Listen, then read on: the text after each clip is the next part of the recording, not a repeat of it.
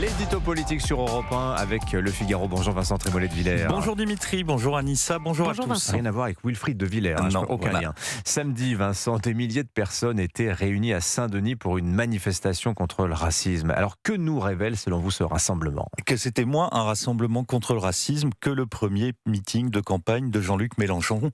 Une campagne qui s'ouvre donc sous le signe de la Nouvelle France, avec un piège pour toute la gauche et même le centre et même le gouvernement qui est tombé tête baissée dans la manip. Mélenchon veut faire de l'antiracisme ce que les communistes faisaient de l'antifascisme, un ferment d'unité pour la gauche, un levier d'intimidation pour le centre, un gaz incapacitant pour la droite.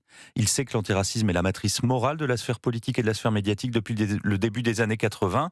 Et la manif de samedi fait la preuve de l'efficacité de cette stratégie, puisque la radio et la télé publique, le ministère de l'Intérieur et même Sébastien Lecornu ont joué indirectement les rabatteurs pour ce meeting, où ils ont pourtant été copieusement insultés. Nous sommes tous d'accord, Dimitri, le racisme est une défaite de l'intelligence, de la morale. Le racisme détruit ce qui fait en l'homme l'humain, mais dans ce cas, comment accepter de se faire les soutiens de la France insoumise, un mouvement passionnément antisémite, selon la formule de Raphaël Enthoven, un mouvement qui dit à la tribune comme avant-hier à Saint-Denis que la police tue, un mouvement qui promeut ouvertement le racialisme, notamment à travers la figure de Rima Hassan. Je la cite, « L'antiracisme a besoin de voix et de visages incarnés, non pas de porte-paroles éloignés de ses réalités. Cette époque de porte-parole-là est révolue, dit Rima Hassan. En clair, elle veut retirer le micro au tout blanc, tout moche, dont parle Jean-Luc Mélenchon. C'est donc le racialisme, l'antisémitisme et le racisme anti-blanc qui prétendent incarner l'antiracisme. Ceux qui tombent dans ce piège grossier sont soit des compagnons de route de Mélenchon, soit ces idiots utiles. » Et on voit bien que Jean-Luc Mélenchon est déterminé à dérouler son agenda sans se soucier des polémiques, Vincent. Oui, la France insoumise a pris résolument le parti du mensonge. À l'entendre, Raphaël Arnaud n'est pas le fondateur d'une milice soupçonnée d'avoir tué à coups de pied dans la tête Quentin de Ranc, mais c'est une victime, un homme de courage, un député dont il faut célébrer le retour à l'Assemblée.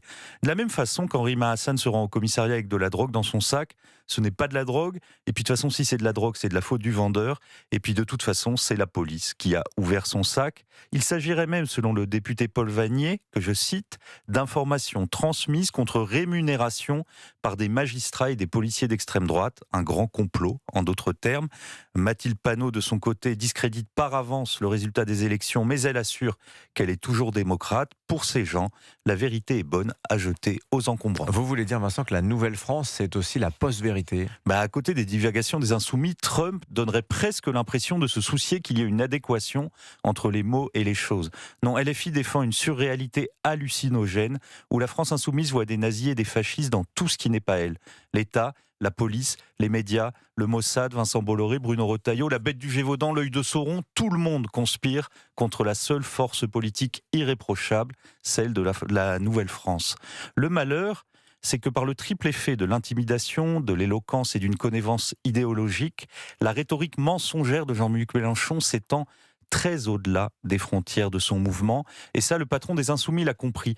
C'est pour cela que malgré toutes ces outrances, il ne renonce pas à fixer les lignes. Le mélenchonisme, c'est la forme fracassante d'une doxa que le progressisme radical chic approuve en secret ou a peur de désapprouver en public. L'édito politique sur Europe 1. Merci Vincent Trémollet.